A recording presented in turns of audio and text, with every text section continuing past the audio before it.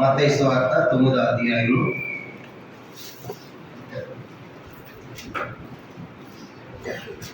9వ వచనము అందరం కలిసి చదువుకుంటాం. మత్తయి సువార్త 9వ అధ్యాయము 9వ వచనము అందరం కలిసి చదవండి. యేసు అక్కడ ఉంది వెళ్ళి సుంకపు మెట్ల దగ్గర కూర్చున్న మత్తయి మనిషిని చూచి దాన్ని వెంబడించిన అతనితో చెప్పగా అతను లేచి ఆయనను వెంబడించెను. మత్తయి సువార్త 10వ అధ్యాయము 3వ వచనం కూడా. మత్తయి సువార్త 10వ అధ్యాయము 3వ వచనం కూడా చదువుదాము. ఫిలిప్పు, బర్తలోమయి, తోమ, సుంకరి అయిన మత్తయి, ఆల్ఫయి కుమారుడు యాకోబు, తద్దయి మార్పెలుగా లేక. తర్వాత మార్కు సువార్త 3వ అధ్యాయం. మార్కు సువార్త 3వ అధ్యాయము 18వ వచనం కూడా 18వ వచనం. మార్కు సువార్త 3వ అధ్యాయము 18వ వచనం.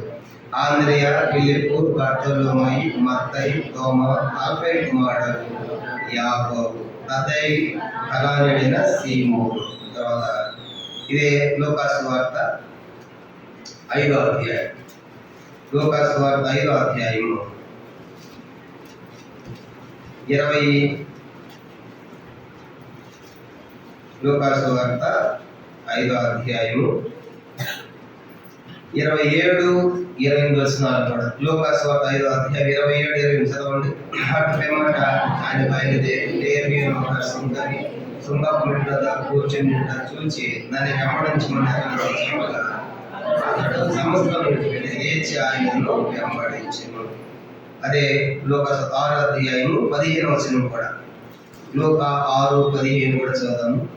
యాకోబు సహోదరుడైన యోధ, ద్రోహి ఇస్కరియోతు యోధ. పైన 15 చూడండి. మత్తయి, తోమ, ఆల్ఫయి కుమారుడైన యాకోబు, జేలోతనపడిన సీమోను. ప్రభు లేఖన భావాలను దీవించి మనందరితో కూడా మాట్లాడును కాక. ఈరోజు మనము మత్తయి యొక్క జీవిత చరిత్ర మనం చూడబోతున్నాం. మత్తయి సువార్త రాసినటువంటి మత్తయి యొక్క జీవిత చరిత్ర మరి మనం ధ్యానం చేయబోతున్నాము. మత్తయి అంటే అర్థము యెహోవా దానము అని అర్థం. మత్తయి అంటే అర్థం ఏంటి? యెహోవా దానం. మత్తయి అంటే యెహోవా దానము అని అర్థం. అయితే చిన్న ప్రశ్న, ఈ మత్తయి యేసు శిష్యుల్లో ఒకడుగా ఉన్నాడా లేడా? చెప్పండి, ఉన్నాడా? అంటే ఎవరికి తర్వాత చెప్తారా? యేసులో 12 మంది శిష్యులు ఈ మత్తయి కూడా ఒకడా కాదా? చాలా మంది డౌట్ ఉంది. ఈయన 12 మందిలో ఒకడు. ఎందుకంటే మత్తయి సువార్త రాశాడు, తర్వాత 12 మందిలో కూడా ఒకడు కనుక ఆ యేసు శిష్యుల్లో ఒకటి. తర్వాత మార్కు ఉన్నాడా? అపోస్తలులు 12 మంది అపోస్తలులు మార్కు కూడా ఉన్నాడా? మార్కు లేడు కనుక మార్కు అపోస్తలుడు కాదు. ఆయన గురించి నేను మళ్ళీ ఒకసారి చెప్తాను. లూకా ఉన్నాడు 12 మందిలో. వచ్చే వారు 12 మంది శిష్యులు పేరు చదువుకున్నాడు అందరు కనుక 12 మంది శిష్యులు 12 మంది శిష్యులు పేరు చదువుకుంటాడు. లూకా కూడా అపోస్తలుడు కాదు. 12 మంది లూకా కూడా లేడు. చెప్పండి, ఎవరు లేరు? యోహాను ఉన్నాడా? అది కూడా ఒకటేనా? యోహాను ఉన్నాడు కనుక మత్తయి, యోహాను ఇద్దరు 12 మందిలో శిష్యులుగా ఉన్నారు కానీ మార్కు లేడు. తర్వాత లూకా కూడా 12 మందిలో శిష్యులుగా లేరు కనుక ఆయన రాశారు. అయితే ఈరోజు మనము మత్తయి యొక్క జీవిత చరిత్ర మనం చూడబోతున్నాము. ఈయన 12 మంది శిష్యుల్లో ఒకడు కానీ 12 మందిలో ఒకడు అన్నమాట. తర్వాత మత్తయి అంటే అర్థం యెహోవా దానం. యెహోవా దానం అని చూసాము. తర్వాత ఈయనకి మరొక పేరు కూడా ఉంది, అదే చదువుకోని ఇప్పుడు చదివారా? గుర్తుందా? లేవి అనేటువంటి మారు పేరు ఉందంట. చెప్పడం ఆయనకి ఏముందంట చూడండి, అది చదువుకున్నాం కదా మాట. ఆయనకి లేవి అనేటువంటి మారు పేరు కూడా ఉంది. లూకా సువార్త 5వ అధ్యాయం. లూకా సువార్త 5వ అధ్యాయము 29. ఆ లేవి తన ఎంట ఆయన గొప్ప విందు చేశాడు. చెప్పండి, ఇప్పుడు మత్తయికి ఎన్ని పేర్లు ఉన్నాయి? 2 పేర్లు. మత్తయి అంటే అర్థం ఏంటి? యెహోవా దానం. లేవి అంటే అర్థము హత్తు కొనుట. చెప్పండి, లేవి అంటే అర్థం ఏంటి? హత్తు కొనుట. కాబట్టి మత్తయి అన్న లేవి అన్న 2 ఒకటే. కాబట్టి 2 ఆయన పేర్లు అన్నమాట. కనుక మత్తయికి మరో పేరు లేవి. మార్కు కూడా మరో పేరు ఉంది. మార్కుకి జాన్ అనే పేరు కూడా ఉంది. అందుకని జాన్ మార్క్ అని పిలుస్తారు. కనుక మార్కుకి జాన్ అనే పేరు కూడా ఉంది. అలా బైబిల్లో పేతురు కూడా సీమోను అన్న పేతురు అన్న రెండు కూడా ఆయన పేర్లే, కానీ కేఫా అన్న కూడా ఆయన పేరే. అలాగున ఇక్కడ మత్తయి కూడా రెండు పేర్లు మనకు కనబడతాయి. ఒకటి మత్తయి అంటే యెహోవా దానము, రెండో పేరు లేవి అంటే హత్తు కొనుట అని అర్థం. ఇతడు 12 మందిలో ఒకటిగా మనకు కనబడుతున్నాడు. తర్వాత ఇతడు యూదుడు, చెప్పేందంటే ఇతడు యూదుడు కనుక యూదుల్లో పుట్టాడు. కానీ ఇతడు రోమా గవర్నమెంట్ లో పన్ను వసూలు చేసే ఒక ట్యాక్స్ ఆఫీసర్ గా, కలెక్టర్ గా మనకు కనబడుతున్నాడు. ట్యాక్స్ వసూలు చేసే వ్యక్తిగా మనకు కనబడుతున్నాడు.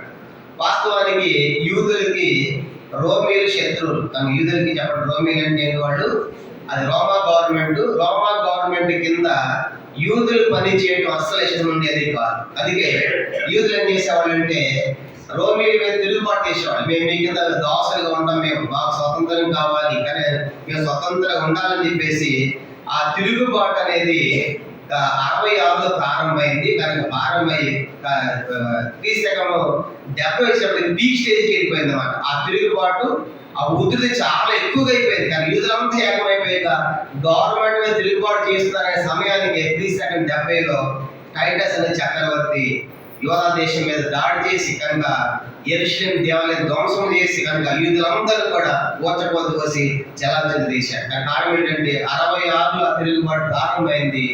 70కి క్రీస్తకం 70కి అది పీక్ స్టేజ్కి వెళ్ళిపోయేటప్పటికి టైటస్ అనే రోమా చక్రవర్తి దాడి చేసి యూదులందరూ చెదరగొట్టినట్లుగా చరిత్ర మనం తెలియజేస్తాం. కాబట్టి అలాగా అది ఇప్పుడు ఈ యొక్క యూదులు ఎవరి శత్రువులు అంట? రోమిల శత్రువులు. కానీ వాళ్ళ కింద మరి పనిచేసే వాళ్ళు యూదులు ఎక్కడ చూడాలి ఇప్పుడు? కానీ ఎక్కడ చూడాలి? కనుక వాళ్ళ కింద వాళ్ళ గవర్నమెంట్ లో పనిచేస్తున్నారంటే యూదులందరికీ ఆ వ్యక్తి అంటే ఇష్టం ఉండదా? చెప్పండి, ఇష్టం ఉండదా? మాకు శత్రుమైన వాడి దగ్గర పనిచేస్తావా? అనగా మనకు శత్రువులు కదా యూదులు కదా, రోమీలు అట్లాంటిది. వాళ్ళ కింద పనిచేస్తున్నారంటే ఈ సుంకర్ను ట్యాక్స్ వసూలు చేసేవాడిని అన్నిలుగా ఎంచేవాడు యూదులు. కనుక వాళ్ళతో సమానంగా ఎంచేవాళ్ళు కాదు. కనుక మీరు ఆ రోమా గవర్నమెంట్ లో పనిచేస్తారు కాబట్టి మీరు కూడా మాకు యూదులు కాదు, అన్ని లాంటి వారని అన్నిలుగా ఎంచేవాళ్ళు ఎవరిని? ఈ సుంకర్ను. అలాగే మనకి జక్కయ్య కనపడతాడు. జక్కయ్య కూడా సుంకరే, ఆయన కూడా ట్యాక్స్ కలెక్ట్ చేసేవాడు. పాపం జక్కయ్య అంటే కూడా అందరికి ఇష్టమైపోయింది ఊరిలో. చెప్పేందుకు అందరూ ఏమన్నారు? జక్కయ్య నేర్చుకుని ఈయన పాపి అయినా మనిషి. కారణం ఏంటి? సుంకం వసూలు చేసేవాళ్ళు అంటే కాస్త డబ్బులు ఎక్కువ వసూలు చేసేవాళ్ళు అన్నమాట. అంటే వీళ్ళు అన్యాయాలు అక్రమాలు కూడా బాగా చేస్తారన్నమాట. కాబట్టి అందుకే వీళ్ళు డబ్బు ఎక్కువ వసూలు చేస్తారు కాబట్టి ప్రజలకు ఇష్టం ఉండేది కాదు. అది యూదులుగా ఉండి నువ్వు రోమిల కంటే పనిచేస్తామంటే నువ్వు కూడా మా దృష్టికి ఒక అన్యుడి అన్నట్టుగా ఇచ్చేవాళ్ళు. అట్లాంటి పరిస్థితి మత్తయి అన్నమాట. కాబట్టి ఇతడు మత్తయి గురించి ఈరోజు మీకు చాలా సంగతులు చెప్పాలనుకుంటున్నాము. ఇతడు యూదుడిగా ఉన్నాడు. రోమా గవర్నమెంట్ లో పన్ను వసూలు చేసేవాడుగా, ఒక సుంకరిగా మనకు కనబడతాడు. కనుక సుంకపు మెట్ల కూర్చుండి పన్ను వసూలు చేసినప్పుడు యేసు ప్రభువు ఆయన చూసి దాన్ని వెంబడించి అన్నప్పుడు ఆయన యేసు ప్రభువుని వెంబడించినట్లుగా మనం చూస్తాం. కాబట్టి ఈ యొక్క మత్తయి గురించి ఆలోచించినప్పుడు మత్తయి గురించి చూడ మాట్లాడదాం. లూకాసు వార్త 5వ అధ్యాయము. ఇక్కడ ఒక 4 విషయాలు చెప్పబడ్డాయి. లూకాసు వార్త 5వ అధ్యాయం అందరం కలిసి 27, 28 చదువుకుంటాం. లూకాసు వార్త 5వ అధ్యాయం 27, 28 చదవండి. వాటి వెంబట ఆయన బయలుదేరి లేవి అని ఒక సుంకపు మెట్ల వద్ద కూర్చుంట చూచి దాన్ని వెంబడించి అతనితో చెప్పగా అతని సమస్తమును విడిచిపెట్టి లేచి ఆయనను వెంబడించాను. 29 కూడా ఆ లేవి తన ఏమిటి ఆయనకు గొప్ప విందు చేశాను. సుంకరులను ఇతరులు అనేకులు వారితో కూడా భోజనమునకు కూర్చుంది. కానీ ఇప్పుడు అక్కడ లేవి ఏంటి? ఎవరైనా చెప్పండి. లేవి అంటే మత్తయి. కాబట్టి ఆయన ఉన్నప్పుడు యేసు ప్రభువు ఆ లేవిని మత్తయిని పిలిచినప్పుడు ఆయన సమస్తాన్ని విడిచిపెట్టి వెంబడించినట్టుగా మనం చూస్తాం. మత్తయి గురించి ఈ కనీసం 10 సంగతులు మీకు జ్ఞాపకం చేయాలని కోరుతున్నాను. మొట్టమొదటిగా మత్తయి ధనవంతుడు. మత్తయి ధనవంతుడు. అందుకే అతడు ఎట్లా విందు చేశాడంట? గొప్ప విందు. చెప్పండి, ఏ విందు చేశాడంటే ఆయన? గొప్ప విందు. ఇప్పుడు చేశారు గొప్ప విందు మీరు? ఇప్పుడు సాంబార్ చికెన్ గొప్ప విందు చేయండి మీరు కూడా. కాబట్టి ఆయన గొప్ప విందు చేశాడు ఊహించట్లేదు కాదు. గొప్ప విందు అంటే ఎంత పెద్దగా చేసి ఉండాలి ఊహించండి. మనం కూడా ఎప్పుడో గొప్పదని చెప్పుకుంటాము. ఆడ ఎన్నో ఐటమ్స్ బాగా పెడితే చాలా గొప్ప చేశారండి, గ్రాండ్ అంటారు. దాన్ని గొప్ప విందని మనం అనుకోవాలంటే అక్కడ చాలా జరిగి ఉండాలి. అర్థమైతే చాలా ఐటమ్స్ పెట్టి కనుక ఉంటే తప్ప మనం దాన్ని గొప్పదని మనము పిలవలేదు. కానీ గొప్ప విందే చేశాడంటే ఇతడు చాలా ధనవంతుడు. తర్వాత ఇతడు చేసే పని కూడా సుంక వసూలు చేయలేదు కాబట్టి చాలా డబ్బు సంపాదించాడు కాబట్టి జక్కయ్య క్షమించండి మత్తయి ధనవంతుడు అని చెప్పడానికి ఏమాత్రం సందేహము లేదు. ఎందుకంటే అతను చేసే ఉద్యోగాన్ని బట్టి డబ్బు ఎక్కువ ఉంది. తర్వాత గొప్ప విందు కూడా చేశాడు కాబట్టి మనకేమాత్రం అవుతుందంటే ఇతడు చాలా ధనవంతుడిగా మనకు కనబడుతున్నాడు. ధనవంతుడిగా ఉండి ధనార్జనలో ధన సంపాదన ఉండగా యేసు వారు నా వెంబడి దాన్ని పిలవగానే వెంటనే చేశాడు. ఆయన సమస్తాన్ని వదిలిపెట్టి వచ్చేసాడు. ఇప్పుడు యేసు వెంబడి అయితే డబ్బు వచ్చిందా? యేసు వెంబడి బట్టి దెబ్బలు పడతాయి, దెబ్బలు పడతాయి. సువార్తకి అదే కదా కాక డబ్బు రాదు కానీ నిందలు ఉంటాయి, అవమానాలు ఉంటాయి, దెబ్బలు ఉంటాయి. ఇప్పుడు ఎవరైనా సరే మంచిగా సంపాదించిన టైంలో వచ్చి నువ్వు సేవకు రావాలన్నారు అనుకోండి, మనం ఏం చేస్తాం చెప్పండి? ఇప్పుడే సేవ బ్రతకాలి, మేమంతా సెటిల్ అవ్వాలి, బాగా సంపాదించుకోవాలి, హైదరాబాద్ 2 కార్లు 4 బిల్డింగ్లు 4 ఇలా కొనుక్కోవాలని అనుకుంటాం.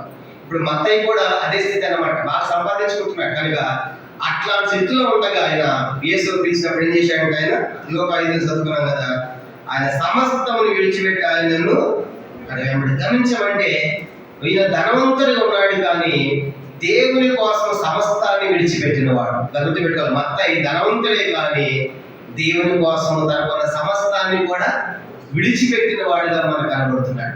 ఇప్పుడు ఎవరైనా సరే యేసును నమ్ముకుంటే మీ ఇల్లు పోయింది అన్నారు అనుకోండి, ఇక్కడ ఒక్కడుంటే ఒకటి ఎందుకు ఆయన నమ్ముకుని ఇల్లు వచ్చిందంటే వస్తాం కానీ ఇల్లు పోయిందంటే మాకెందుకు అప్రూవ్ అర్థమైందా? అపోస్తలుల 2వ అధ్యాయంలో వాళ్ళకి ఇల్లు అమ్ముకున్నారు, కొనుక్కున్నారు. సో అది సంఘం ఏర్పడినప్పుడు చెప్పండి, అమ్మారు వాడు. కనుక ఇండ్లు భూములు అమ్మారు దేవుని సేవ కోసం. అది సమర్పణ, అర్థమైపోయిందా? కానీ విడిచిపెట్టడం అంటే వాడు ఇళ్ళను చూడలే, భూములను చూడలేదు. కనుక దేవుని సంఘం ప్రారంభమైనప్పుడు వాడు విడిచిపెట్టారు. అంటే దేవుని ధనవంతుడిగా ఉండి అంత పెద్ద స్థానాన్ని లేకుంటే అంత పెద్ద స్థాయిని ఆయన వదులుకుంటున్నాడంటే ఆలోచించండి, అతను ఎంత సమర్పణ ఉండాలి, ఎంత త్యాగం ఉండాలి. కనుక మొట్టమొదటి మనం గుర్తుపెట్టుకోవాలి, దేవుడు పిలిచినప్పుడు భక్తులైన వారు అందరూ విడిచిపెట్టారు. కనుక అందుకు ఆదికాండం 2వ అధ్యాయంలో అబ్రహాము పిలిచినప్పుడు కూడా అబ్రహాము ఏం విడిచిపెట్టాడు?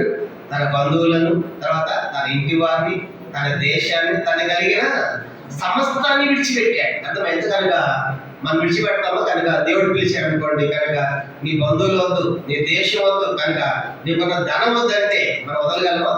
కానీ భక్తులైన వారు దేవుని కోసము వాళ్ళకున్న సమస్తాన్ని విడిచిపెట్టారు. కనుక అది చివరికి ధనమైన, ప్రాణమైన, దేశం, బంధువులైన సరే కూడా విడిచిపెట్టినట్టుగా మనకు కనబడుతుంది. అది పౌలు గారు కూడా యేసుని ఆయన తెలుసుకోవాలని ఆయన తాపత్రయం ఏంటంటే ఫిలిప్పి 3:7 అంటున్నాడు, ఏవేవి నాకు లాభకరములై ఉండేనో వాటిని క్రీస్తు నిమిత్తం నష్టముగాను పెంటతో సమానముగా ఏది లాభకరమైందంట దేవుని కోసము లాభకరమైంది నష్టంగా ఎంచుకుంటున్నాడు.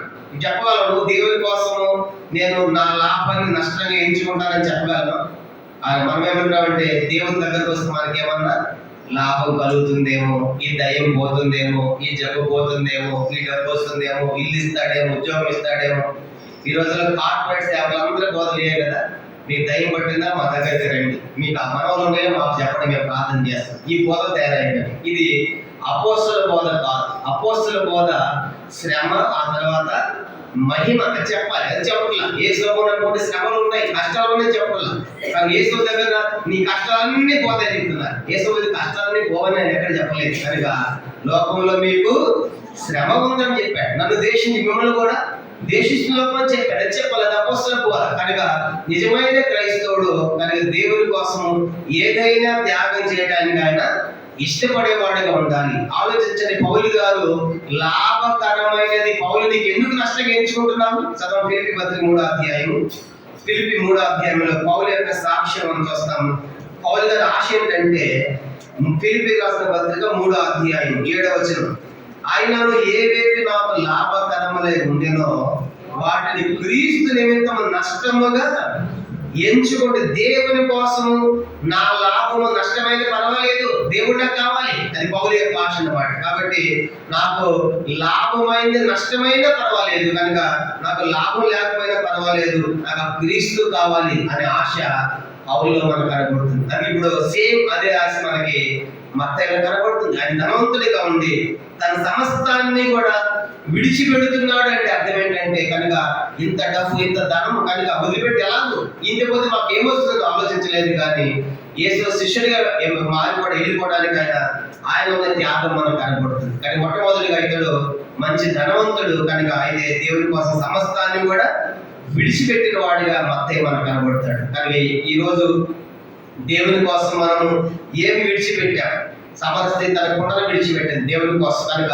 అంత మాత్రమే కాదు కనుక దేవుని కోసం ఏమైనా మనం త్యాగం చేశారో, దేవుని కోసం నీకు లాభమైంది నష్టం ఎంచుకున్నావా, దేవుని కోసం నీ ఉద్యోగాన్ని పోగొట్టుకున్నావా కనుక అది ఆలోచించినప్పుడు దేవుని కోసం దేవుని నమ్ముకుని మనం అన్ని కావాలనుకుంటాం. కానీ వాళ్ళు దేవుని కోసం సమస్తాన్ని కూడా పోగొట్టుకున్నట్లుగా అపోస్తలుల అధ్యాయంలో అయితే వారి ఇంట్లో వారి భూములు కూడా దేవుని కోసం కేటాయించినట్టుగా మనకు కనబడుతుంది. కానీ మత్తయి మొట్టమొదటిగా ఇతడు ధనవంతుడిగా మనకు కనబడతాడు. అంత మాత్రమే కాదు, ధనవంతుడే కానీ ధనాన్ని ప్రేమించలేదు, దేవుని ప్రేమించాడు. కాబట్టి సమస్తాన్ని విడిచిపెట్టి మరి ఎక్కడి నుంచి ఎంత లాభం వస్తుంది, లాభం తిరిగిపోతుందా, ఏమైపోతుందా వాళ్ళు ఆలోచించలేదు. కానీ ప్రభు పిలుపునందుకు వారి వెంటనే అబ్రహాము లాగా మత్తయి కూడా లోబడి వెళ్ళినట్టుగా మనకు కనబడుతుంది. ఇది మొదటి సంగతి. రెండో సంగతి ఆలోచించినప్పుడు మత్తయి గురించి రెండో సంగతి ఏంటంటే ఇతడు చాలా విద్యావంతుడు. శిష్యులందరిలో ఎక్కువ చదువుకుంది ఎవరంటే మత్తయి అంట. శిష్యులందరిలో బాగా చదువుకున్నవాడు ఎవరు? మత్తయి. కాబట్టి ఈయన బాగా చదువుకున్నాడు. మిగతా శిష్యులు చాలా మంది ఏం పని చేసేవాడు? జాలకులు చేపలు పట్టేవాడు. కానీ మత్తయి ఎట్లాంటి వాడు? మత్తయి బాగా చదువుకున్నాడు, విద్యావంతుడు అన్నమాట. బాగా చదువుకున్నాడు. అంత మాత్రమే కాదు, మత్తయి హీబ్రూ మాట్లాడతాడు, అరామిక్ మాట్లాడతాడు, గ్రీక్ భాష మాట్లాడతాడు. ఈ మత్తయికి 3 భాషలు వచ్చాడు. మత్తయి ఎన్ని భాషలు వచ్చు? 3. హీబ్రూ, అరామిక్, తర్వాత గ్రీక్. ఆ దినాల గ్రీక్ అంటే ఇంటర్నేషనల్ లాంగ్వేజ్ అనమాట. కనుక గ్రీక్ మాట్లాడేవాడు, అరామిక్, కానీ హీబ్రూ 3 భాషలు అనర్గళంగా మత్తయి మాట్లాడతాడంటే బాగా చదువుకున్నవాడు. రాత్రి మనం అపోలోకి ధ్యానం చేసాం కదా. అపోలోకి ఎన్ని భాషలు వచ్చి చెప్పుకున్నాం? అపోలోకి 4 భాషలు అపోలో. కానీ అపోలో 4 భాషలు ఒకటి కాప్టిక్ అంటారు, అది ఐగుప్తు భాష కాప్టిక్ అని మాట్లాడతాడు, గ్రీక్ మాట్లాడతాడు, హీబ్రూ మాట్లాడతాడు, అరబిక్ కూడా మాట్లాడతాడు. కనుక అపోలోకు 4 భాషలు అర్థమైందా? అంటే అట్లా కూడా చదువుతున్నాడు. కనుక ఆయన బాగా విద్యావంతుడు. చెప్పాను కదా రాత్రి అపోలో గురించి చూసినప్పుడు పండితుడు, విద్వాంసుడు, ప్రవీణుడు ఎన్నో సంగతులు చెప్పాడు ఆయన గురించి. అలాగే 4 భాషలు, ఈయన 3 భాషలు మాట్లాడతాడు. ఇప్పుడు ప్రశ్న ఏంటంటే రాత్రి కూడా చెప్పొద్దు, యేసు ప్రభువు భూమి మీద ఏ భాష మాట్లాడాడు? ఎన్నోసార్లు చెప్తాను, రాత్రి వచ్చిన చెప్తాడు. యేసు భూమి మీద ఉన్నప్పుడు ఏ భాష మాట్లాడాడు? తెలుగు మాట్లాడద్దు, తమిళ మాట్లాడద్దు, చెప్పండి ఏ భాష మాట్లాడాడు? అరామిక్. ఎన్నోసార్లు చెప్పి ఏ భాష చెప్పండి? అరామిక్ భాష. యేసు ప్రభువు భూమి మీద ఉన్నప్పుడు మాట్లాడిన భాష అరామిక్ భాష. కనుక అరామిక్ భాష కూడా మత్తయికి వచ్చు, అరామిక్ భాష కూడా అపోలోకి వచ్చారు అనమాట. యేసు మాట్లాడే భాష కనుక అరామిక్ భాష. కానీ గమనించామంటే ఆ రీతి ఇప్పుడు మత్తయిలో రెండో సంగతి ఏంటంటే బాగా చదువుకున్న వాడు కనుక 3 భాషలు అనర్గళంగా మాట్లాడతాడు. చాలా మంది శిష్యులంట గొప్ప వాళ్ళ దగ్గర సువార్త చెప్పాలంటే శిష్యులు అందరూ కలిసి మత్తయిని ముందు దోసేవాడంట. ఎందుకు చెప్పండి? నువ్వు బాగా చదువుకున్న స్వామి చెప్పు, నీకు అన్ని భాషలు వచ్చి మాట్లాడి ఇప్పుడు చెప్పు అని చెప్పేసి ముందు తెచ్చాడు మత్తయి. అర్థమైందా? అంత బాగా చదువుకున్నాడు మత్తయి. అయితే ఎక్కడ కూడా తన కోసం తన గురించి ఎక్కడ ఎక్స్పోజ్ కాదు, నేను బాగా చదువుకున్నాను అని ఎక్కడ తన సువార్తల్లో రాయలేదండి. తన సువార్తలు ఏమో రాస్తున్నాడో తెలుసా? మత్తయి సువార్త 9వ అధ్యాయం. మత్తయి సువార్త ఈ మత్తయి సువార్త రాసిన ఈ మత్తయి కనుక ఈ మత్తయి సువార్త రాశాడు. తన గురించి ఏమని రాసుకున్నట్టు మత్తయి సువార్త 9వ అధ్యాయము. మత్తయి సువార్త 9వ అధ్యాయం 9వ వచనం. మత్తయి సువార్త 9వ అధ్యాయము 9వ వచనం చదువుదాము. 9:9. యేసు అక్కడ నుండి వెళ్ళి సుంకపు మెట్టు మీద కూర్చున్న మత్తయి అనే ఒక మనిషిని చూచి దాన్ని వెంబడించమని అతనితో చెప్పగా అతను లేచి ఆయనను. కనుక సొంకపు మెట్టు వద్ద కూర్చున్న మత్తయి, లేకపోతే సొంకరి అయిన మత్తయి అనే మాట మనం చూస్తాం. కానీ సొంకరి అయిన మత్తయిని రాయబడింది ఆయన గురించి. కనుక ఆయన రాసుకున్నప్పుడు మత్తయి సువార్త 10వ అధ్యాయం 3వ వచనంలో సొంకరి అయిన మత్తయి అని రాస్తున్నాడు. చెప్పండి ఆయన గురించి ఏమని రాస్తున్నాడు చెప్పండి? సొంకరి అయిన మత్తయి అని రాస్తున్నాడు. సొంకరి అంటే పాపి అని అర్థం. చెప్పాను కదా, సొంకర్లు అంటే ట్యాక్స్ వసూలు చేసేవాడికి అప్పటికి ఇష్టం ఉండేది కాదు. దానికి అందుకే సొంకర్లు అంటే పాపలకి అన్నిటిగా ఇచ్చేవాడు. ఇప్పుడు మీ గురించి మీరు రాసుకోవాలంటే ఏమో రాసుకుంటారు చెప్పండి? మీ గురించి మీకు 3 భాషలు వచ్చారు మత్తయి లాగా, అరామిక్, గ్రీకు, హీబ్రూ 3 భాషలు బాగా చదువుకున్నారనుకోండి, పేపర్ ఇచ్చి మీ గురించి రాసుకోమంటే మన పెళ్లి కార్డులు ఉంటాయి, బిఎస్సి, బీటెక్, ఎంటెక్, డబుల్ ఎన్ని పెట్టాం మనకు అంతే కదా. మన గురించి అంత రాస్తుంటాం కనుక మనకు చదువుకుంది చాలా కొద్దిగా, రాసుకునేది మాత్రం చాలా ఎక్కువ. అర్థమైంది? వాడు మాత్రం చదువుకుంది చాలా ఎక్కువ, వాళ్ళ నుంచి ఎంతో సామాన్య సింపుల్ గా సొంకేడు మత్తయ్య రాస్తున్నాడు. దీన్ని బట్టి మత్తయ్య మనం ఏమని అనుకోవచ్చు, చాలా తగ్గింపు కలిగిన వాడు. తను ఎక్కడ ఎక్స్పోజ్ కాదు, ఎంత చదువుకున్నాను. తర్వాత ఆయన గొప్ప విందు చేసినట్లుగా ఆయన రాసుకున్నాడా, లోకా రాశాడా? గొప్ప విందు చేసినట్టు కూడా మత్తయి సువార్తలో రాయబడలేదు. సమస్తాన్ని విడిచిపెట్టాను దేవుని కోసం కూడా ఆయన రాయలేదు. ఆయన గురించి వేరే వాళ్ళు రాశారు. అర్థమైందా? అంటే ఆయన గురించి ఆయన ఎక్కడైనా గొప్ప విందు చేశాడని చెప్పుకోలేదు. తర్వాత ఆ సమస్తాన్ని దేవుని విడిచిపెట్టారని కూడా మత్తయి ఎక్కడ చెప్పుకోలేదంటే, రెండోదిగా మత్తయిలో మనకు అర్థమయ్యే సంగతి ఏంటంటే చాలా తగ్గింపు కలిగిన వాడు. అర్థమైపోయిందా? కాబట్టి మత్తయిలో ఉన్న రెండో అద్భుతమైన లక్షణం, బాగా చదువుకున్నవాడు. అంత మాత్రం చరిత్రకారుడు కూడా. ఆయన చరిత్ర బాగా తెలుసు మత్తయి కనుక, మత్తయికి చరిత్ర బాగా తెలుసు. అంత బాగా చదువుకున్న వ్యక్తి కూడా సింపుల్ తన గురించి నువ్వు ఏమంటున్నా సొంతంగా మత్తయి నేను ఒక పాపి అన్ని నాకు సింపుల్ చెప్పేశాడు. 3 లాంగ్వేజ్లు మాట్లాడి అనర్థంగా ఇంత బాగా చదువుకున్నాడు, సింపుల్ గా ఎలా చెప్పగలవు అంటే కారణము దేవుని కోసం తను ఎంతగా తగ్గించుకున్నాడో మత్తయిలో మనకు కనబడుతుంది. ఇది రెండవ అద్భుతమైన లక్షణం మత్తయిలో మనకు కనబడుతుంది. బాగా చదువుకున్న విద్యావంతుడే కానీ దేవుని కోసం తను ఎంతగానో తగ్గించుకున్న మత్తయిగా మనకు కనబడుతుంది. ఇక మూడో సంగతి చూసినప్పుడు మత్తయి అంటే దేవునికి చెప్పండి ఎక్కడ విందు చేశాడంట? మత్తయి సువార్త 5వ అధ్యాయం, లూకా సువార్త 5వ అధ్యాయం 29 చదువుకున్నాము. లూకా సువార్త 5వ అధ్యాయం 29వ వచనంలో 29 ఆ లేవి తన ఇంట ఆయనకు గొప్ప విందు చేసింది మనకు కనపడుతుంది. గొప్ప విందు చేయడం అంటే మత్తయిలో ఉన్న మూడవ అద్భుతమైన లక్ష్యం ఏంటంటే, మూడో అద్భుతమైన లక్ష్యం అతను ఆతిథ్యం ఇచ్చేవాడు కనబడుతున్నాడు. గొప్ప విందు చేయడం అంటే ఆతిథ్యం ఇచ్చుట కనుక దేవునికి మత్తయి ఆతిథ్యం ఇచ్చినట్లుగా మనకు కనబడుతుంది. కనుక అందుకే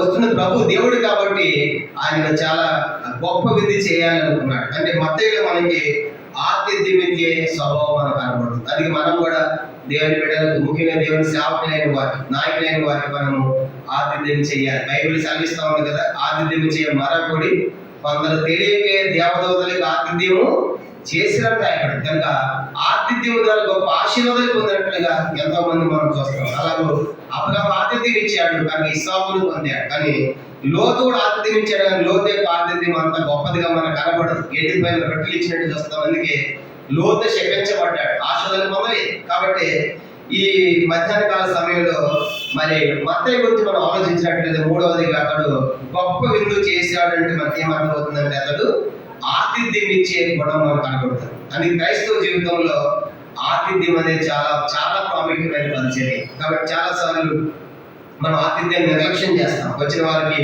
తీయడం, భోజనం పెట్టడం, వారికి ఏం కావాలో అది కానీ మీ కనీసం మినిమం పని చేయాలన్నమాట. అలాంటి ఆతిథ్యము మత్తయిలో మనకు కనబడుతుంది. కాబట్టి ఇతడు గొప్ప విందు చేశాడు అంటే ఏదో మంచి ఆతిథ్యం ఇచ్చే వ్యక్తిగా మత్తయి మనము ఆలోచించవచ్చు. అది మాత్రమే కాదు, మత్తయి ఆయన ఎక్కడ చేర్చుకున్నాడంట? లూకా సువార్త 5వ అధ్యాయం, లూకా సువార్త 5వ అధ్యాయము ఆ మాట చూడండి 29లోనే ఆ లేవి తన ఇంట ఆయనకు తను ఎక్కడ చేర్చుకున్నాడు? యేసువారిని ఆయన ఇంట చేర్చుకున్నాడంటే మొట్టమొదట హృదయంలో చేర్చుకున్నాడా, ఇంట్లో చేర్చుకున్నాడా? హృదయంలో చేర్చుకుంటే ఇంట్లో చేర్చుకుంటా. నీకు హృదయం అంటే ఇంట్లో రమ్మంటా. అర్థమైంది? అట్లా ఇప్పుడు ఇంట్లో చేర్చుకున్నాడంటే మత్తయి కనుక యేసువారిని మొట్టమొదటిగా తన హృదయంలో చేర్చుకున్నాడు. అంతేకాదు ఉద్యోగం చేసినప్పుడు యేసుని పిలవగానే వెంటనే హృదయంలో చేర్చుకున్నాడు. కాబట్టి ప్రభా నా ఇంటికి కూడా అనిపించాడు. అందుకే జక్కయ్య కూడా యేసు అన్నాడు కదా, జక్కయ్య నేను ఇంట ఉండవలసి కొందరు వెంటనే రమ్మన్నాడు. ఎందుకంటే జక్కయ్య త్వరగా దిగిన సంతోషముతో చేర్చుకుని చూస్తున్నాం. కాబట్టి మత్తయిలో అద్భుతమైన మొదటి లక్షణము యేసు ప్రభువును హృదయంలో చేర్చుకున్నాడు. అందుకే ఆయన ధనాన్ని ప్రేమించలేదు, తన ఉద్యోగాన్ని ప్రేమించలేదు, తన స్థాయి స్థితిగతులు ఆలోచించలేదు. కానీ అన్ని విడిచిపెట్టి ఒక్కసారిగా లేచి వెంబడించినటువంటి ఆలోచించండి కనుక ఎంత గొప్ప త్యాగం చేశాడు. దీని బట్టి మనకి ఏమర్థమవుతుందంటే ఇతడు యేసు ప్రభువుని చేర్చుకున్న వ్యక్తిగా మత్తయి మనకు కనబడుతున్నాడు. కాబట్టి ఈ మధ్య ఇంకా కూర్చున్న వారిలో యేసు ప్రభువారు మీ హృదయంలో లేకపోతే మీ ఇంటికి ఎప్పుడు రాలేదు. కాబట్టి మొట్టమొదటి హృదయం ఇస్తే దేవుని కోసం అన్ని తెలుస్తాం. అందుకే లుదియా కూడా పౌలు వాక్యం చేస్తే మొట్టమొదటి ఏం తెరబడిందంటే ఆమెకి హృదయం తెరబడింది. హృదయం తెరబడిన తర్వాత ఆమె ఏం చేసింది? ఆ సేవకులందరూ ఇంటికి పంపి పిలిపించి వాక్యం చెప్పించి వాళ్ళ బాప్తిసం ఇప్పించి ఏమని మా ఇంట్లో ఉండమని బలవంతము ఎక్కడ ఉండమని ఇంట్లో ఉండమని. కారణం ఏంటంటే హృదయం తెలిసింది కాబట్టి ఇంట్లో పెట్టుకుంటాయి. కనుక మీ ద్వారా సేవ చేయండి. యూరప్ ఖండంలో మొట్టమొదటి సంఘం ఫిలిప్పీ ఏర్పడడానికి కారణం లుదియనే. దాని కారణం ఏంటంటే ఆమె హృదయం తెలిసింది. కానీ హృదయం తెలిసిన పౌలు గారికి హృదయం తెలిసేవాడు దేవుడు. కానీ హృదయం తెరవడమే కాకుండా తన ఇంటిని కూడా తెలిసి దేవుని కోసం సేవకులు పెట్టి గొప్ప సేవ జరిగించిందిగా మనకి లుదియా మనకు కనబడుతుంది. కాబట్టి మనం దేవుడు మన హృదయం ఇచ్చామా, దేవుడు మన ఇంట్లో ఉన్నాడా, దేవుని కోసము మన ఇంటిని తెరిచామా. కాబట్టి ఈ మధ్యలో ఆలోచించాలి. అలాగే మత్తయి మరి ఇంట విందు చేశాడంటే అర్థం మనకి ఏమర్థం అవుతుందంటే ఇంటికంటే ముందు ఆయన తన యొక్క హృదయాన్ని దేవుని కోసం తెరచిన వాడిగా మత్తయి మనకు కనబడతాడు. అది మాత్రమే కాదు, ఇంకా మత్తయి చూడండి ఆ విందు చేసినప్పుడు ఎవరిని పిలిచాడంట? మత్తయి సువార్త 5వ అధ్యాయం, లూకా సువార్త 5వ అధ్యాయము, లూకా సువార్త 5వ అధ్యాయం మనం చూద్దాం. 5వ సంగతి మత్తయి లూకా సువార్త 5వ అధ్యాయము అందరం కలిసి చదువుదాము. 29వ వచనం. లూకా 5:29 చదవండి. ఆ లేవి తన ఎంత ఆయనకు గొప్ప విందు చేశాను. అప్పుడేం జరిగింది? సుంకరులను ఇతరులు అనేకులు వాటి భోజనములకు. కానీ ఆయన ఇంట భోజనం చేసినప్పుడు, మీటింగ్ పెట్టినప్పుడు, విందు చేసినప్పుడు చెప్పండి, ఆ ఇంట విందుకు ఎవరు పిలిచాడంట? సొంకర్లు పిలిచాడు. అంటే సొంకర్లకు ఎవరు చెప్పుకున్నాము? వీళ్ళెందుకు పిలవాలి? బంధువులు పిలవాలి. మనం ఏం చేస్తాం? మన ఇంటి విందు చేసుకుంటే ఏం చేస్తాం? ఎక్కడెక్కడో మన బంధువులను పిలుస్తాం ఆ రోజు. కనుక ఏదైతే ఉండే భోజనం కోసమే వాక్య సంఘం తర్వాత మా బంధువులందరూ రావాలన్న సంతోషం పిలిపించిన మంచిది. కనుక దేనికోసం పిలుస్తున్నా వాళ్ళంతా మన బంధువులు, మన స్నేహితులు, ఎక్కడెక్కడో ఉన్న వాళ్ళందరూ పోగు చేస్తాం. పక్కన ఉన్నటువంటి పాపులు పిలవు, సౌకర్యం పిలవు. అర్థమైందా? వాళ్ళకి మంచిగా తినిపోతాం, దానికోసం పిలుస్తాం. మీ ఇంట్లో మీటింగ్ అంటే భోజనం అదే కదా. మనం కనుక ఆ ఇంటికి మనం తిన్నాం కానీ మా ఇంట్లో మన ఇంట్లో కూడా వాళ్ళు వచ్చి తినిపోవాలి. చిల్లు అయిపోయింది అనమాట. అట్లాంటి విందులు మనకి అన్ని కూడా. కనుక అక్కడ తిని వస్తాము, మళ్ళీ పిలిచి వాళ్ళని పెడతాం, చిల్లు అయిపోయింది. ఇప్పుడు మధ్య ఎవరు పిలిచాడు విందు చేసి చెప్పండి? సొంకర్లు అంటే పాపులు కదా, అన్నిలా గంచబడేవాళ్ళు కదా. అంటే ఆయన ఉద్దేశం ఏంటి? అరే నేను కూడా మీలాంటి సొంకర్ని పార్టీలో నేను మారాను, దేశం మా ఇంటికి వస్తున్నాడు, మీరందరూ ఏమవ్వాలి? వీళ్ళందరూ ఏమవ్వాలి? దేవుని వాక్యం వీళ్ళు కూడా చేయాలి, మారాలి. అని అంటే మత్తయికి ఏమంటే హృదయంలో ఆత్మల విషయమైన భారమంతుడు ఆలోచించండి. కనుక విందు చేసిన బంధువులు పిలవకుండా సొంకలు పిలిచేట అర్థం ఏంటంటే ఆనాటి సమాజంలో సొంకరులకి పాపులకు విలువ లేదు. కనుక సొంకలు అంటే వీళ్ళు కూడా యూదులే. కనుక సొంకలు కూడా యూదులే. కానీ యూదుల మీద సమానంగా ఎంచడం ఎందుకు? మీరు వాళ్ళని పని చేస్తున్నారు కాబట్టి, ఎక్కువ డబ్బులు వసూలు చేస్తున్నారు కాబట్టి మీరు మాకు అన్ని లాంటి వారే, పాపులు లాంటి వారిని యూదులు సమానంగా ఇచ్చేవాడు కాదు వీళ్ళు. కనుక తప్పుగా చూసేవాడు. అట్లాంటి ఈ మత్తయి ఉద్దేశం ఏంటంటే ఈ రేసులో మా ఇంటికి వస్తున్నారు కాబట్టి మా ఇంటికి అందరు ఎవరు పిలవాలి చెప్పండి? సొంకర్లు అందరూ పిలిచి కనుక వాళ్ళని మొట్టమొదట యేసువు చెప్పి మాటలు వాళ్ళు విన్నారు. కానీ ఇప్పుడు వినండిరా, నేను కూడా మీరంటాడు కదా, ఒకప్పుడు నాకు అంతా మీకు తెలుసు కదా, మీరెంత అన్యాయంగా అక్రమంగా ఎక్కువ డబ్బు వసూలు చేశారు, నేను అలాగే ఉన్నా. ఇప్పుడు ఆయన తెలుసుకున్నాను, ఆయన ఎవరికి పోతున్నాను, ఆయన మారే నేను. మీరు కూడా ఆయన మాటలు విని, ఆయన సువార్త విని మీరు కూడా ఏం చేయాలి? మారు మనసు పొందాలనే భారము, ఆత్మ, తృష్ణ ఎవరిలో ఉంటుంది చెప్పండి? మత్తయిలో ఉంది. మనకుందని ఆలోచించి ఎప్పుడైనా పెట్టే వాళ్ళకు కొన్నేళ్ళు కూడా తన ఇంట్లో అపోస్తలుల 10వ అధ్యాయంలో తన బంధువులు, స్నేహితులు అందరూ పిలిపిస్తాడు. ఎందుకు తెలుసా? పేతురు వస్తాడు, పేతురు గారితో వాక్యం చెప్పించాలి.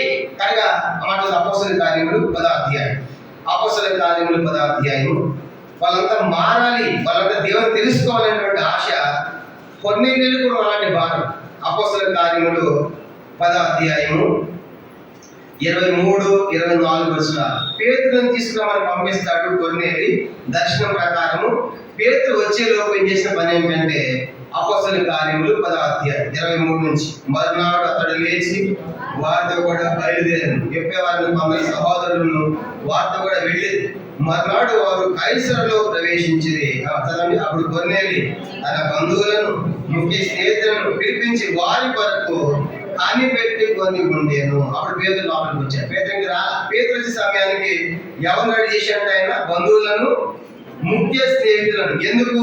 33వ వచనం, 33. వెంటనే నేను పిలిపించి నీకు వచ్చినది మంచిది, ప్రభు నీకు ఆజ్ఞాపించినవన్నీ వినుటకై ఇప్పుడు మేము అందరం దేవుని ఇక్కడ ఉన్నామని చెప్పి అప్పుడు పేతురు నోటీస్ సువార్త చెప్పాడు. పేతురుగా చెప్పి ఎందుకు మీరు కూర్చున్నారంటే ప్రభు నీకు ఏం ఆజ్ఞాపిస్తాడో అవన్నీ మేము వినాలని మేము సిద్ధంగా కూర్చున్నాం అని కొర్నేలి మాట్లాడినప్పుడు పేతురుగా నోరు తెరిచి చక్కని సువార్త చెప్పాడు. ఇప్పుడు అంటే కొర్నేలి లోపల కూడా ఏ భాగం చెప్పండి? ఆత్మల భాగం. నా బంధువులు, నా స్నేహితులు, వీళ్ళంతా దేవుడు తెలుసుకోవాలి అనే భాగం ఉంది. కాబట్టి పేతురు గారు దైవజనుడు అపోస్తలుడు వస్తున్నాడు కాబట్టి అతని ద్వారా వీళ్ళంతా వినాలి వాక్యం అని అంత సిద్ధం చేశాడండి. కనుక కొర్నేలిలో ఆత్మల భారం, క్షమించి కొర్నేలిలో ఆత్మల భారం మనకు కనబడుతుంది. మత్తయిలో కూడా అదే ఆత్మల భారం మనకు కనబడుతుంది. కానీ మనం కూడా అందుకు యేసు వారు కూడా విందు చేసినప్పుడు బంధువులు స్నేహితులు పిలవమని చెప్పాడా? కానీ మనం అదే చేస్తాం. మన బంధువులు స్నేహితులు గుర్తుకొస్తారు. కనుక కొద్ది వారిని అంగహాన్ని పిలవమని చెప్పాడు. అట్లాంటి వాళ్ళు పెట్టమని చెప్పారు. మళ్ళీ వాళ్ళు పెట్టలేదు కాబట్టి నీతి మంత్రులు పుడతారని మేలు కలుగుతుందని చెప్పాడు. లోక 14:14 ఈ సందర్భాన్ని మనం చూడగలం. కానీ అలాగే మత్తయిలో మనకు కనబడే మరొక సంగతి ఏంటని చెప్పండి. ఏంటంటే ఆయన లోపల చెప్పండి ఆత్మల భారం ఉంది. కాబట్టి నేను మాట్లాడుతాను నాలాంటి వీళ్ళంతా నశించిపోగలను కాబట్టి అని చెప్పేసి మా ఇంటికి అందరూ మీరు రావాలి, ఏసో పిలిచాను, మా ఇంట్లో విందు చేస్తున్నాం కాబట్టి మీరందరూ విందుకు రావాలని చెప్పేసి ఆహ్వానించి దేవుని యొక్క మాట వినిపించిన వాడిగా మత్తయి మనకు కనబడుతున్నాడు. మొదటిది ఇతడు ధనవంతుడు, దేవుని కోసం సమస్తాన్ని విడిచిపెట్టాడు. రెండవది విద్యావంతుడు, దేవుని కోసం తను తగ్గించుకొని తన కోసం తప్పుగా రాస్తున్నాడు. మూడవదిగా గొప్ప విందు చేశాడంటే ఇతని లోపల ఆతిథ్యం మనకు కనబడుతుంది, ఆతిథ్యం ఇచ్చే మనసు మనకు కనబడుతుంది. మూడవది. నాలుగవదిగా యేసును హృదయంలో చేర్చుకున్నాడు, ఇంట్లో కూడా చేర్చుకున్నాడు. యేసుని చేర్చుకోవడమే కాదు, పాపులందరూ చేర్చుకుని వాళ్ళందరికీ యేసు ద్వారా సువార్త వినిపించిన వ్యక్తిగా మత్తయి మనకు కనబడుతున్నాడు. ఇప్పుడు నెక్స్ట్ ఏం చేస్తున్నాడంటే ఇక ఆయన ఏం చేయాలి? ఇప్పుడు లూకాసు 5వ అధ్యాయము, లూకాసు వార్త 5వ అధ్యాయం చూడండి. ఇప్పుడు ఏం చేయాలంటే వెంబడించాలి. 27వ వచనం, లూకాసు వార్త 5వ అధ్యాయం 27. అటు పిమ్మట ఆయన బయలుదేరి లేవి అని ఒక సొంక పెట్టిన కూర్చుంట చూచి నన్ను వెంబడించిన అతనితో చెప్పగా అతడు సమస్తమును విడిచిపెట్టి లేచి ఆయనను వెంబడించాను. కానీ ఇప్పుడు మత్తయిలో ఉన్న 6వ సంగతి ఏంటంటే యేసును వెంబడించుట. చెప్పేందంటే యేసును మొత్తానికి 80 మంది మంచి విధి చేశారు. విధి చేసి అందరిని పిలిపించి సువార్త వినిపించి ఒక మీటింగ్ పెట్టి కనుక ఆయన సేవకి వెళ్ళిపోతాడు, వెంబడించాడు. నేను కూడా సేవకి ట్రైనింగ్ వెళ్ళేటప్పుడు మా ఊళ్ళో సంఘమంతా పిలిచి మీటింగ్ ఏర్పాటు చేసి వాళ్ళకు చిన్నపాటి విందు చేసి కనుక మా కోసం ప్రార్థన చేసి మేము సేవకి వెళ్ళిపోతామని ఒక చిన్న సూట్ కేసు బయటకు వెళ్ళిపోయి సేవకి కనుక సంఘం అంతా ఏర్పాటు పిలిచి అలాగే ఇప్పుడు మత్తయి కూడా నేను వెళ్ళిపోతున్నాను అని చెప్పేసి తను చేయాలి. తనతో ఎవరైతే ఉన్నారో సుంకరులు వాళ్ళందరూ పిలిచి వాళ్ళ స్వార్థ వినిపించి యేసు ప్రభు వెంబడిపోతున్నాడు. వెంబడించడం జమీన్ కదా, వెంబడించడము ఇది చాలా ఈజీ పనే కష్ట పని చెప్పండి. వెంబడించాలంటే ఎవడైనా వెంబడింపబోని తాను ఉపేక్షించుకొని తన శిలనెత్తుకొని నన్ను వెంబడించాలి. అర్థమైంది. వెంబడించడం అంటే అర్థం ఏంటి? వెంబడించడం అంటే మొదటి రాజుల గ్రంథం 19వ అధ్యాయం. మొదటి రాజులు చూద్దాం. దేవుని వెంబడించడం అంటే మొదటి రాజుల గ్రంథం 19వ అధ్యాయం 19 నుంచి 21 దాకా ఒకసారి చదివేద్దాము. మొదటి రాజుల గ్రంథం 19వ అధ్యాయం, పేజ్ నంబర్ 301. మొదటి రాజులు 19వ అధ్యాయం 19 నుంచి 21 దాకా చదువుదాము. ఏలియా చెట్టుని పోయిన తర్వాత అతని షాపాతు కుమారుడు ఎలీషా కనపడింది.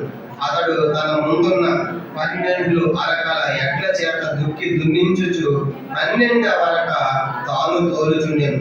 ఏలియా అతని చేరపోయి తన దుప్పటి అతని మీద వేయగా అతడు ఎడ్లను విడిచి ఏలియా వెంబడి పరిగెత్తి నేను పోయి నా తల్లిని ముందు పెట్టి తిరిగి వచ్చి నేను వెంబడించేదని చెప్పి అతన్ని సెలవడగా అతను పోయి రమ్ము, నా వల్ల నీకు నిర్బంధం లేదని చెప్పాను.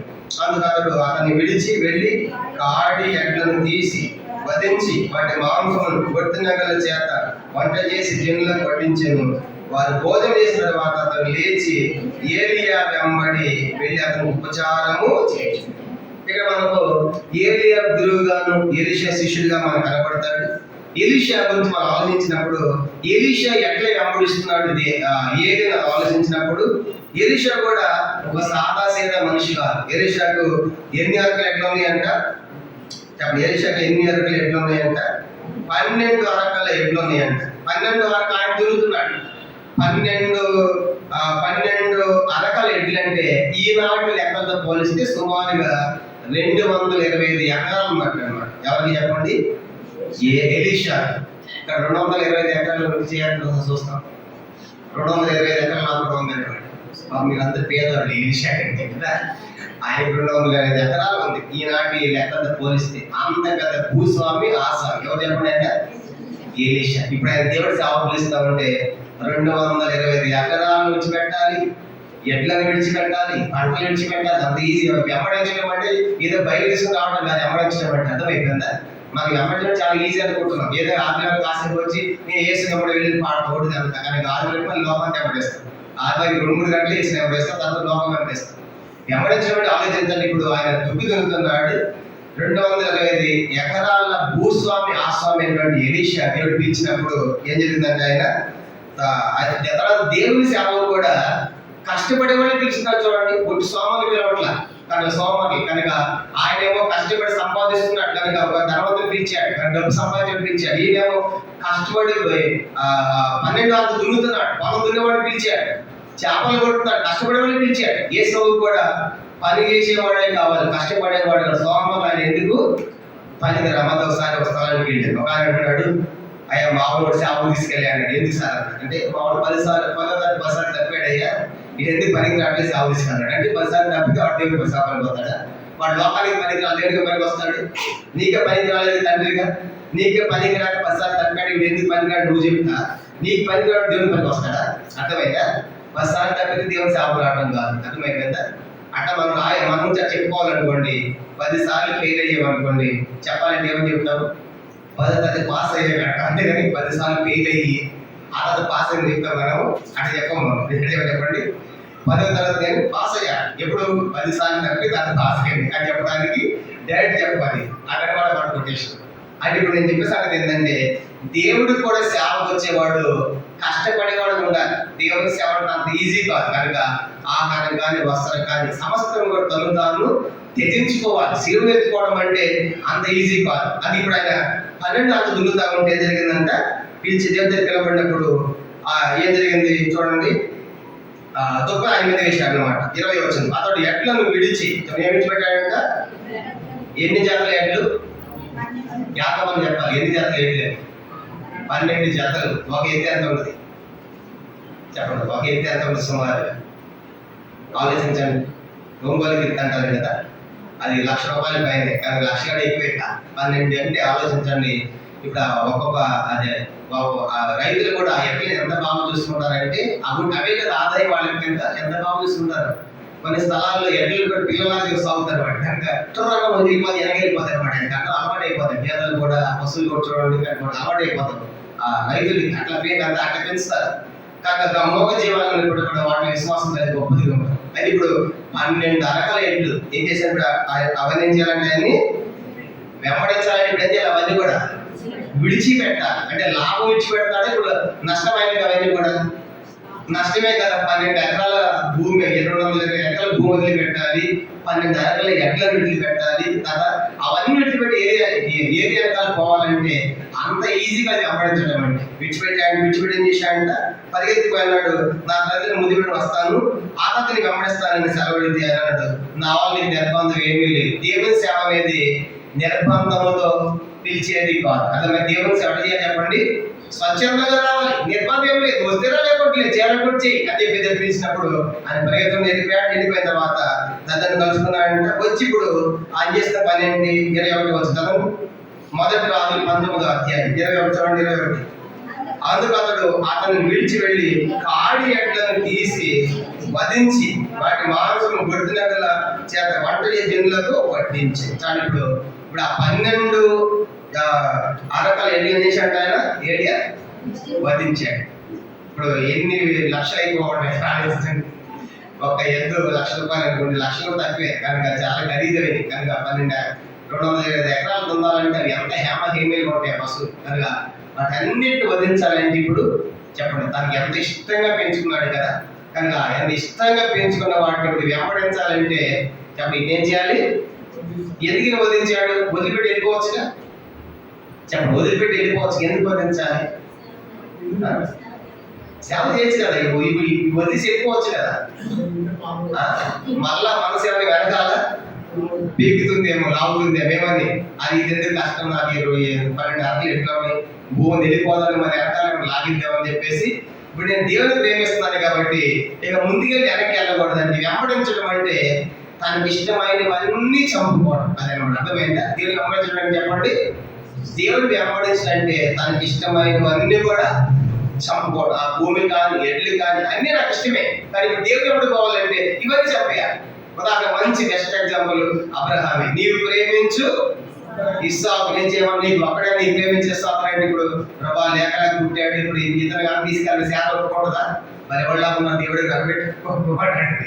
అవి చెప్పకుండా మౌనంగా పరివాడు తీసుకుని కట్టెలు తీసుకుని ఎక్కిన తర్వాత నీవు ప్రేమించిస్తావు, నీవంటే అబ్రహాం అన్నట్టు నేను వెంబడిస్తాను, నువ్వు కదా నాకు ముఖ్యము, ఇట్లాంటివి ఎంత ఇస్తావు అని చెప్పేసి మొట్టమొదటి కత్తి కూడా ఎత్తాడు. కత్తి కూడా ఎత్తాడంటే ఇప్పుడు దూత ప్రత్యక్షం కాకపోతే కత్తి ఇస్సాకు మీద పడిపోయినట్లే. అంటే మనసులో మొట్టమొదటి చంపేసుకున్నాడు అబ్రహాం ఇస్సాకు. మొట్టమొదట మనసులు చూడండి, కళ్ళు మూసుకొని చంపుతాడంటే మొట్టమొదటి మనసులు చంపుకున్న తర్వాతనే మనుషులు చంపుతాడు. అర్థమైందా? కనుక మనసు చచ్చిపోయాడు. అందుకే ఇబ్రీ పత్రికలో ఇస్సాకు కలిగి అర్పించినట్లే. కారణం ఏంటి? మనసులో ఏమనుకున్నాం, ఒక దూత ప్రత్యక్షం కాకపోతే ఇస్సాకు ఏం చేసాడు? నిజంగా బలి చేసేవాడు. అర్థమైపోయింది. అదనమాట. దేవుడు గమనించడం అంటే, దేవుడు ప్రేమించడం అంటే మనకి ఇష్టమైనవన్నీ మనం ఏం చెప్పండి, చంపుకోవాలి, విడిచిపెట్టాలి. అందుకే పౌలు అన్నాడు, క్రీస్తుని సంపాదించుకోవడం కోసము నాకు ఏది లాభకరం వాటిని నష్టమని ఎంచుకున్నా. నష్టం కనుక దేవుడు నమ్ముకుంటే నాకు దేవుడి నష్టమేది అంటే కూడా దేవుడు కావాలి. అర్థమైందా? ఇది నష్టమే, వెళ్ళిపోతాయి, భూమి పోతుంది, ఆస్తి పోతుంది, అయినా నాకు నష్టమే పర్వాలేదు, నాకు దేవుడు కావాలి. అదనమాట. దేవుని గమనించడం అంటే మనకి ఇష్టమైనవన్నీ చంపుకోవడం. అందుకే మళ్ళీ ఎక్కడ వెనక్కి లాగుతుందని అవన్నీ చంపేసి ఏం చేసేట వాటిని వధించి వంట చేసిన తర్వాత ఏం చేసేట వాళ్ళు భోజనం చేసిన తర్వాత లేచి ఏరియా వెంబడి వెళ్ళి అతనికి ఉపచారం చేసి, ఇప్పుడు అది ఏరియా వెంబడి వెళ్ళి అది వెంబడించడం అంటే ఇప్పుడు చెప్పండి, వెంబడించడం అంటే ఈజీగా కష్టమా? కష్టం, చాలా కష్టం. నీ కొంతమంది చంపేసుకోవాలి, నీ కొంతమంది వదిలేసుకోవాలి, కనుక నీకు లాభంతో నష్టంగా ఎంచుకోవాలి. కనుక అదన్నమాట. అర్థమైందా? అవన్నీ వదులుకుంటే తప్ప నువ్వు దేవుని వెంబడించినట్లు కాదు. అక్కడ దేవుడు వెంబడించడం అంటే ఇది బయట పెట్టుకుని ఎక్కడ మీటింగ్ అక్కడ వెళ్ళిపోవడం అంటే అది వెంబడించడం కాదు. అర్థమైపోయిందా? మా మీటింగ్ అంతా మంచి భోజనం ఉంటుంది, ఇది మంచి గిఫ్ట్ కూడా ఉంటుంది, కానీ అది కాదు వెంబడించడం. నీ దేవుని వెంబడించడం అంటే దేవుని కోసం తన శిలువను ఎత్తుకొని తనకి ఇష్టమైనవన్నీ చదువుకోవాలి. అలాగే ఇప్పుడు మత్తయి తన ఉద్యోగం పోగొట్టుకున్నాడు కనుక ఎలీషా తనకున్న భూములు కనుక తర్వాత ఎడ్లు కనుక వదులుకున్నాడు. కూడా ఏది లాభం, నష్టంగా ఎంచుకున్నాడు అనేది గమనించడం అంటే అలాగే దేవుని గమనించాలి. అప్పుడు ఏం చేశాడు? అతనికి వెంబడి వెళ్ళి అతనికి ఏం చేశాడంట, ఉపచారము చేయుచున్నాడు. ఇప్పుడు ఎంతకి ఏరియా కింద ఎలీషా చేసే ఉపచారం అని చెప్పండి. ఏం చేసేవాడు? ఏం పని చేసేవాడు? ఏరియా దగ్గర ఎలీషా ఏం పని చేసేవాడు? ఉపచారం అంటే ఆయన చేతుల మీద నీరు పోసేవాడు. ఈయన ఎవరు? చిన్న సాదా సీదా మనిషి కాదు ఎలీషా కూడా. 225 ఎకరాల భూస్వామి ఆస్తాయండి. ఏరియా చేతుల ఏం పోసాడంట? ఒకేలాగా వాళ్ళ తల్లిదండ్రులు ఇదంటే నీ సేవ అంటే, ఇదంటే నీ గురువు అంటే ఆయన చేతులు కూడా అట్టు ఇట్లా నీకేం తక్కువైంది? 225 ఎకరాల భూమి ఉంది కనుక అట్లుంటే ఇవన్నీ ఆయన చేతులు కొడితేవేంటి అని అందరూ అని అర్థమైపోయిందా? దేవుని సేవ అంటే దేవుని సేవ ఉన్నప్పుడు హెబ్రోనుకు వచ్చిన తర్వాత మొట్టమొదటి పని బాతులు అడిగేస్తారు. అప్పుడు వచ్చారని కదా నా తల్లిదండ్రులు ఇదంటే సేవ అంటే ఈ బాతులు కడగడం, ఇంత చదువుకుని హైటెక్, బీటెక్, లోటెక్, నీకు ఏం తక్కువ బాతులు అడుగుతాం అని అందరూ. అర్థమైందా? అది అన్నమాట. వెంబడించడం అంటే ఇప్పుడు కనుక ఆ పని కనుక అంటే తనకున్న సంస్థని త్యజించి ఆయన ఏరియా దగ్గర ఒక పరిచారకుడిగా చేరాడు. కనుక ఏరియా కింద నీటి పోసేవాడిగా చేరాడు. కనుక అలాగే దేవుని వెంబడించడం అంటే తనకున్న ఎడ్లు, భూమి, సమస్తాన్ని విడిచిపెట్టి వెంబడించేట్లు అది వెంబడించడం అంటే. కానీ ఈరోజు మనం దేవుణ్ణి వెంబడించడం ఇంకో మాట ప్రేమించడం కూడా చెప్పచ్చు. ప్రేమించాడు కాబట్టి నాకు దేవుడే కొనుక్కుంటాడు అన్ని వదిలిపెట్టాం. కనుక నీవేది వదలలేదంటే నీకు దేవుడు కాదు, ఇవే ముఖ్యం. నాకు వేసుకోమన్నాడు కదా, ఒకడు నాకంటే తల్లిదండ్రులను తండ్రి నాకంటే ఎక్కువ ప్రేమించడం నాకు పాత్రుడు. మత్తయి 10:37 ప్రభు చెప్పిన మాట అది మనకు జ్ఞాపకం చేయబడతాడు. ఏది ఆ సమస్తాన్ని విడిచిపెట్టి దేవుని వెంబడించిన వాడిగా మనకు కనబడతాడు. కనుక ఇది 7వ ప్రాముఖ్యం, ఇది 6వ ప్రాముఖ్యమైన సంగతి. యేసుని వెంబడించడం అంటే తన ఇష్టం అంతా కూడా చంపుకున్నాడు. ఇది ఆరోది. ఏడవది సమస్తాన్ని విడిచిపెట్టాడు. అది కూడా ఆయన రాసుకోవాలి, లోకా రాశాడు. సమస్తాన్ని విడిచిపెట్టడం అంటే చెప్పండి, తనకు ఉన్నటువంటి దానంతా విడిచిపెట్టాడు. అర్థమైందా? యేసుని వెంబడించడం అంటే నమ్మిన తర్వాత ఇక తనకంటే ఉంచుకోవాలి. అందుకే జక్కయ్య కూడా ఏమన్నాడు? నా ఆస్తి సగము బీదలకు ఇస్తా అన్నాడు. తర్వాత ఇంకేమన్నాడు? సగం బీదలకు ఇస్తాను, ఎవరు అన్యాయం తీసుకుని వాళ్ళు ఇచ్చేస్తాను. తర్వాత 2 వందల తర్వాత నాకు నాశనం సగం ఇచ్చేస్తాను. అర్థమైపోయిందా? యేసుని నమ్ముకుంటే అందరూ కూడా మీరు నష్టపోతారు, జాగ్రత్త. అర్థమైపోయిందా? కానీ పోతుంది కనుక జక్కయ్య పోయింది, మత్తయి పోయింది, ఎలీషా పోయింది. అర్థమైపోయిందా? ఇక్కడ పోతే ఎన్ని? అర్థమైపోయిందా? అక్కడ ఉంటాయి. అది చాలా ప్రాముఖ్యమైనది. కానీ ఇప్పుడు మత్తయికి అద్భుతమైన సంగతి ఏంటంటే పరలోకములో 12 మంది అపోస్తలుల పేర్లు ఉన్నాయండి. అక్కడ ఎవరి పేరు అని చెప్పండి? మత్తయి పేరు ఉంది. ఇక్కడ అన్ని పోయినాయి, అక్కడ ఉంది. ప్రకటన గ్రంథము, ప్రకటన 21వ అధ్యాయం, ప్రకటన గ్రంథం రెవల్యూషన్ చాప్టర్ 21, ప్రకటన 21వ అధ్యాయము. ఇక్కడ పోగొట్టుకున్నందుకు గాను చూడండి, అక్కడ ఏముందంట? 12 మంది అపోస్తలుల పేర్లు చెక్కబడ్డాయి. ప్రకటన గ్రంథము 21వ అధ్యాయము 14 వచనం. ప్రకటన 21:14 చదువుదాము. 21:14 చదవండి. ఆ పట్టణపు ఆకారము 12 పునాదులు గలది. ఆ పునాదుల పైన గొర్రెపిల్ల యొక్క 12 అపోస్తలుల 12 పేర్లు కనబడుచున్నవి. ఈ 12 పేర్లు కూడా మనకి ఎవరు కనబడి చెప్పండి? మత్తయి పేరు ఉంది. ఎంత అద్భుతం! దేవుడి కోసం ఇక్కడ సమస్తాన్ని విడిచిపెట్టుకున్నాడు. ఇప్పుడు ఆయన పేరు పరలోకంలో కనబడుతుంది. ఏదో బాధ కదా. కాబట్టి మనకి ఇక్కడ అన్నీ ఉంటాయి, అక్కడ ఉండదు. ఎక్కడెక్కడ? చాలా ఘోరం అక్కడ లేకపోతే. పరలోకంలో మీ పేరు లేదంటే ఎక్కడ ఉందా చెప్పండి? కనుక పరలోకంలో ఉండాలి. అది ఇక్కడ అన్ని విడిచిపెడితే అక్కడ వాళ్ళ పేర్లు ఉంది. అర్థమైందా? అందుకే ఇష్టం అడిగారు, బాబా ఆ పేరు అడిగాడు కదా, మేము అన్ని విడిచిపెట్టి ఎవరిస్తాను, మాకేంటి ప్రయోజనం అడిగాడు. మార్క్స్ వార్త 10వ అధ్యాయం. నేను ఎవరిస్తున్నాం కదా, ఇప్పుడు ఇవన్నీ వదులుకున్నాం కదా, మాకు ఏంటి ప్రయోజనం అంటే ప్రభు అన్నాడు. అదే చెప్పాడు, పరలోకంలో మీకు కూడా అని చెప్పాడు. మార్క్స్ వార్త 10వ అధ్యాయం 28-9 వచనాలు. మార్క్స్ వార్త 10వ అధ్యాయము, మార్క్స్ వార్త 10వ అధ్యాయం 28-29 వచనాలు. పేతురు, ఇదిగో నేను సమస్తమును విడిచిపెట్టి నిన్ను వెంబడించి ఆయనతో చెప్పసాగాను. 29. అందుకు యేసును నా నిమిత్తము, సువార్త నిమిత్తము ఇంటినైనను, అన్నదమ్ములైనను, అక్కచెల్లెలైనను, తల్లిదండ్రులైనను, పిల్లలైనను, భూములను విడిచిన వాడు ఇప్పుడు యెహోవాను హింసలతో పాటు 100 అంతలుగాను ఇండ్లను, అన్నదమ్ములను, అక్కచెల్లెలను, తల్లులను, పిల్లలను, భూములను రాబోయేటువంటి పరలోకమును నిత్య జీవమును పొందుత మీతో నిత్యంగా చెప్తాను. కానీ ఇవన్నీ పోగొట్టుకున్నాడు, నిత్యం పొందుతాడు. పరలోకమైన పేరు అక్కడ అర్థమైందా? కాబట్టి ఇక్కడ వదులుకున్నావు, అక్కడ నీ పేరు.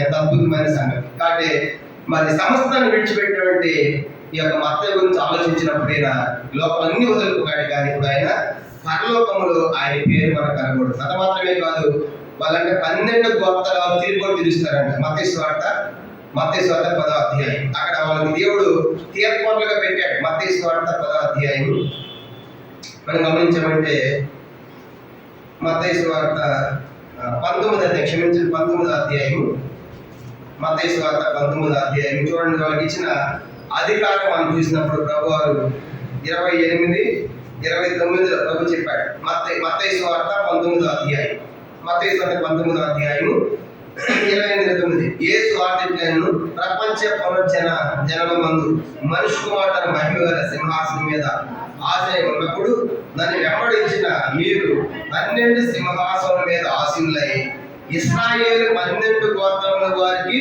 తీర్పు తీర్చుదురు. కానీ వాళ్ళ సింహాసనాలు ఉన్నాయి. నాకు అర్థమైందా? అపోస్తలులు ఏమని అంటే సింహాసనం మీద కూర్చుంటే ఆ తీర్పు తీరుస్తారు. కనుక సింహాసనం ఉంది, పరలోకంలో పేరు ఉంది, కనుక ఇది సంపాదించుకున్నారు. కానీ ఈరోజు మనము ఇక్కడ కాదు, మనం దేవుని కోసం, దేవుని రాజ్యంలో మన పేరు ఉండాలంటే ఇక్కడ మనం దేవుని కోసం ఖర్చు చేయాలి. కానీ దేవుని కోసం ఏ విడిచిపెట్టి ఎంత ఖర్చు చేస్తావో దాని మీద ఆధారపడి నువ్వు పొందేటువంటి బహుమానము, జీతము పరలోక రాజ్యం. కాబట్టి నా సమస్తాన్ని విడిచిపెట్టిన మరి మత్తయిగా మనకు కనబడతాడు. 8వది, ఇతడు సౌకర్యంగా ఉండి ఇప్పుడు సువార్తికుడు అయ్యాడు.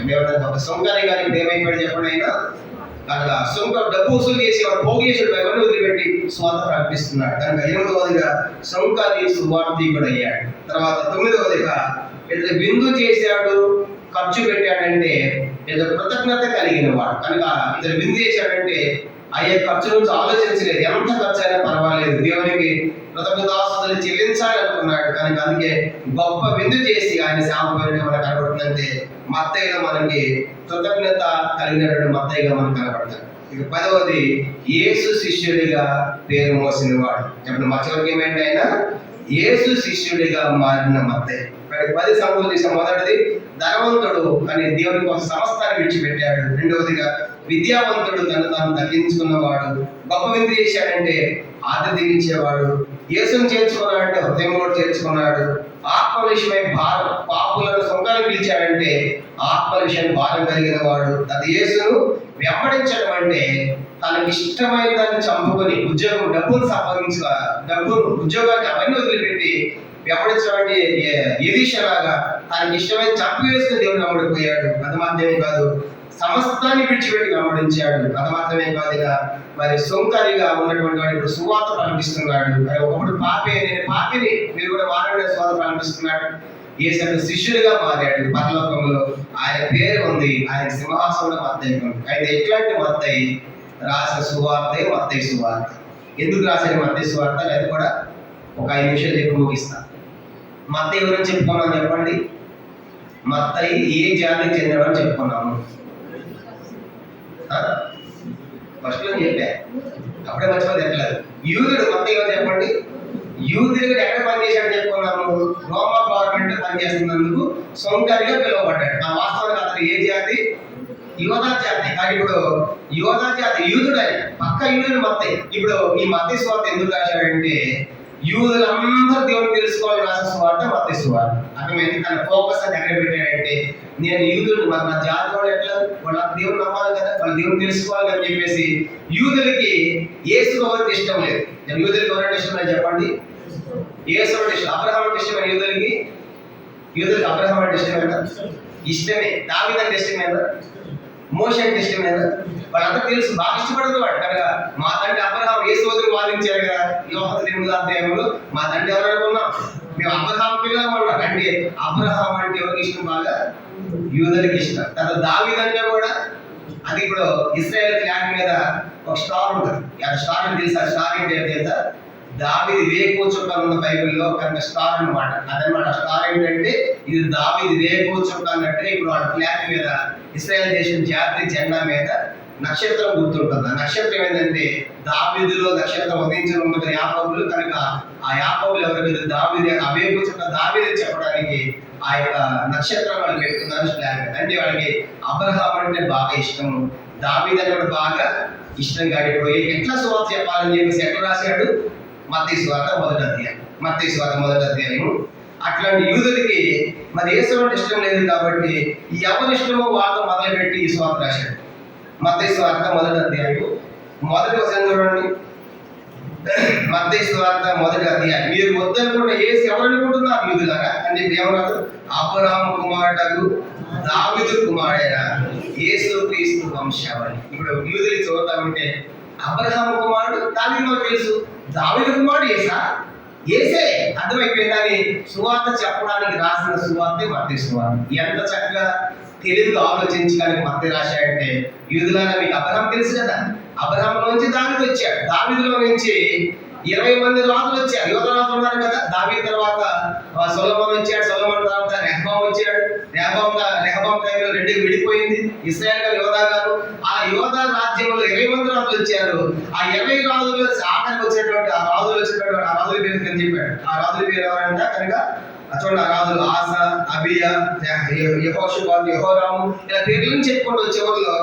ఆ సంతతులు ఆ వంశావళిలో వచ్చిన వాడు యేసు ప్రభు అని చెప్పాడు. అంటే ఇప్పుడు మత్తయి యొక్క ఇంటెన్షన్ చెప్పాల్సిన మెసేజ్ ఏంటంటే మీరు తిరస్కరించిన యేసు ఎవరో కాదు, అబ్రహాము దావీదు నుంచి వచ్చినటువంటి ఆలోచించినటువంటి రాజు కుటుంబీకుడైన రాజు ఆయన. అది మత్తయి 2వ అధ్యాయంలో యూదు రాజు పుట్టినవాడు ఎక్కడ నుంచి చెప్పాడు అనమాట. అర్థం ఏంటంటే యూదులందరూ కూడా యేసు వైపు మళ్ళించడానికి రాసిన సువార్తే మత్తయి సువార్త. అంటే మరి అన్యులకు వద్దంటే అన్యులు కూడా ఉన్నారు, కానీ మెయిన్ ఫోకస్ చేసింది ఏంటంటే యూదులు యేసుని తిరస్కరించారు కాబట్టి ఏ యూదులు తిరస్కరించారు, మీరు తిరస్కరించిన యేసు ఎవరో కాదు, ఆయన అబ్రహాము కుమారుడే, దావీదు కుమారుడే. కనుక ఆయన సంతతి ఆ రాజవంశం వచ్చిన వాడిని ఆ కింద పేర్లని రాశారు. కనుక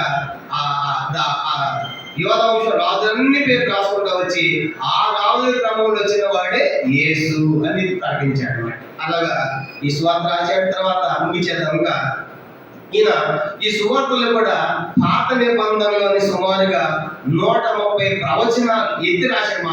ఈ మత్తయి సువార్తలని పాత నిబంధనలు చెప్పబడిన ప్రవచనాలన్నీ కూడా సుమారుగా 130 ప్రవచనాలు ఒక మత్తయి సువార్తలో రాశాడు. అంటే ఎలాగూ మత్తయి సువార్త చూడండి, కొన్ని చూద్దాము. మత్తయి సువార్త 1వ అధ్యాయం 23వ వచనం. మత్తయి సువార్త 1వ అధ్యాయం 22, 23 వచనాలు. మత్తయి సువార్త 1వ అధ్యాయం 22. ఇదిగో కన్యక గర్భవతి కుమారుని కన్ను, ఆయనకు ఇమ్మానుయేలు అని పేరు పెట్టుదురని ప్రభు తన ప్రవక్త పలికిన మాట నెరవేరు. ఇదంతా నెరవేరిందని నెరవేరలేదా? ఎక్కడ చెప్పాడు? ఇది కన్యక గర్భవతి అని పాత నిబంధనలు ఎక్కడ చెప్పాడు? యెషయా గ్రంథంలో చెప్పాడు. అది ఇప్పుడు నెరవేరింది కనుక ప్రవక్త చెప్పాడు కదా నెరవేరిందని. ఇట్లా నెరవేరి అంటే అర్థం ఏంటి? ఈ నెరవేరి మీరు నమ్మడం లేదు యూదులని చెప్పేసి ఇలాంటి ప్రవచనాలు సుమారుగా 130 దాకా చెప్పాడండి. 2వ అధ్యాయం 15 వచనం. మత్తయి సువార్త 2వ అధ్యాయం 15 వచనం చూడండి. అప్పుడు అతడు లేచి రాత్రి వేళ శిశువును తల్లిని తోడుకొని ఐగుప్తులకు వెళ్ళి ఐగుప్తులను నా కుమారుని పిలిచిందని ప్రవక్త ద్వారా ప్రభు సెలవిచ్చిన మాట నెరవేరబడినట్లు హేరోదు మాట అక్కడ నెరవేరబడినట్లు అని మాట నెరవేరింది. అంటే నెరవేరింది ఇది కూడా. 18వ వచనం 2:10 రాహేలు తన పిల్లల విషయం ఏడ్చును, వారు లేనంతర ఓదార్పు పొందగలను అని ఇర్మీయా చెప్పిన వాక్యం నెరవేరేను. ఇలా చూసామంటే మత్తయి సువార్తలో దాదాపు 130 ప్రవచనాలు చెప్పాడండి. నెరవేరి అర్థం ఏంటి? యేసు గురించి ఏమైతే చెప్పబడ్డాయి యూదులారా అవన్నీ కూడా యేసులో నెరవేరి అని చెప్పడాన్ని నిరూపించాడు మత్తయి సువార్త. ఇలా మనం చూసామంటే 2వ అధ్యాయం 23వ వచనం 2:23 కూడా చివరి మాట ప్రవక్తలు చెప్పిన మాట నెరవేరినట్టు ఎలాగూ జరిగాను. తర్వాత 4వ అధ్యాయం 16వ వచనం 4వ అధ్యాయము మత్తయి సువార్త 4వ అధ్యాయం 16 కూడా చూడండి. 4:16 కూడా చివరిలో యెషయా ద్వారా పలుకబడినది నెరవేరెను. తర్వాత 8వ అధ్యాయం 17వ వచనం 8వ అధ్యాయం మత్తయి సువార్త 8వ అధ్యాయం 17వ వచనం యెషయా ద్వారా చెప్పబడినది నెరవేరెను. ఇలా చూసినప్పుడు అంటే యూదులు ఇవన్నీ చదివినప్పుడు అక్కడ చెప్పింది ఇక్కడ నెరవేరింది కాబట్టి ఈ మెస్సయ్య ఎవరో కాదు కనుక అబ్రహాము దావీదు కూడా మనం ఎదురు చేసేటువంటి మెస్సయ్య తెలుసుకోవడానికి రాసిన సువార్తయే మత్తయి సువార్త. నేను ముగించేస్తున్నాను కాబట్టి ఇది మత్తయి సువార్త రావడానికి కారణం ముఖ్యంగా మత్తయి తన జాతి అయినటువంటి యూదులందరూ కూడా యేసుని తెలుసుకోవాలి. మీరు యేసుని నిరాకరించే సిలువ వేసిన ఐసవలో కాదు అబ్రహాము కుమారుడు దావీదు కుమారుడు చెప్పడానికి రాసిన సువార్తయే మత్తయి. 130 లేఖనాలు పాత నిబంధనలను ఎత్తి చూపిస్తా. ఆ చెప్పినప్పుడు నిజమే కదా ఆయన ప్రకటించాడు. ఇక్కడ కన్యక గర్భంలో వచ్చాడని చెప్పేసి అలా నిరూపించడం వచ్చాడు. చెప్పినవన్నీ నెరవేరినాయి కాబట్టి మీరు ఏ విషయంలో సందేహపడద్దు. ఈయన మెస్సయ్య అని చెప్పడానికి ఇలాంటి ప్రవచనాలన్నీ కూడా మనం చాలా కనబడి మత్తయి సువార్తలని ఇట్లా ఫోకస్ అంతే పోయేసి మత్తయి. కాబట్టి ఇప్పుడు మత్తయి చివరికి ఏమైంది? మత్తయి అంట ఇథియోపియా దేశం పోయాడంట. చివరికి ఏ దేశం అంటే అయిపోయింది? ఇథియోపియా దేశం పోయి అక్కడ ఆయన చనిపోయాడని కొంతమంది కనుక పండితుల అభిప్రాయం. కొంతమంది మామూలుగా చనిపోయాడని, కొంతమంది ఏమో హత్సాక్షి అయ్యాడని రకరకాల అభిప్రాయాలు ఉన్నాయి. అలా ఇథియోపియా దేశం పోయి అక్కడ స్వార్థ ప్రకటించి ఆయన చనిపోయినట్లుగా మరి మత్తయి గురించినటువంటి సమాచారం మనం చూస్తాం. అందుకే మరి అనేక చర్చెస్ కూడా పేర్లు సెయింట్ మ్యాథ్యూస్ అనే పేరు కూడా పెడతారు. అంటే మత్తయి పరిశుద్ధ మత్తయి దేవాలయం. ముఖ్యంగా నూతన చర్చెస్ చాలా మంది ఆ పేర్లు పెడతారు. కానీ మనం తక్కువగా మనం పెట్టాం కానీ వాడు అలాంటి భక్తులు పేర్లు పెడతారు. సెయింట్ మ్యాథ్యూస్ నూతన చర్చ్ అంటారు. అలా పరిశుద్ధ మత్తయిగా పిలువబడ్డాడు. ఒక పాపి ఉన్నటువంటి సుంకరిగా అన్నిలుగా పాల్గొనడం మత్తయి చివరికి పరిశుద్ధ మత్తయిగా పేరు సంపాదించి ఏ శిష్యుడిగా పేరు మోసి యేసు కోసం చనిపోయిన మత్తయిగా మనకు కనబడ్డాడు. ఈయన బైబిల్లో మత్తయి సువార్త రాసిన మత్తయి ఆయనే, 12 మందిలో ఒకడు ఆయనే. ఆయనకు మరొక పేరు లేవి. అంటే దేవుని అలాగా సమస్తాన్ని విడిచిపెట్టి దేవుని హత్తుకొని జీవించిన మత్తయిగా మనకు కనబడ్డాడు. మోకరించండి, ప్రార్థన. ఈ వాక్య వెలుగులో మన జీవితాన్ని కూడా పరీక్ష చేసుకుందాం. ఈ మధ్యాహ్నం మరి అపోస్తలుడైన మత్తయి జీవితం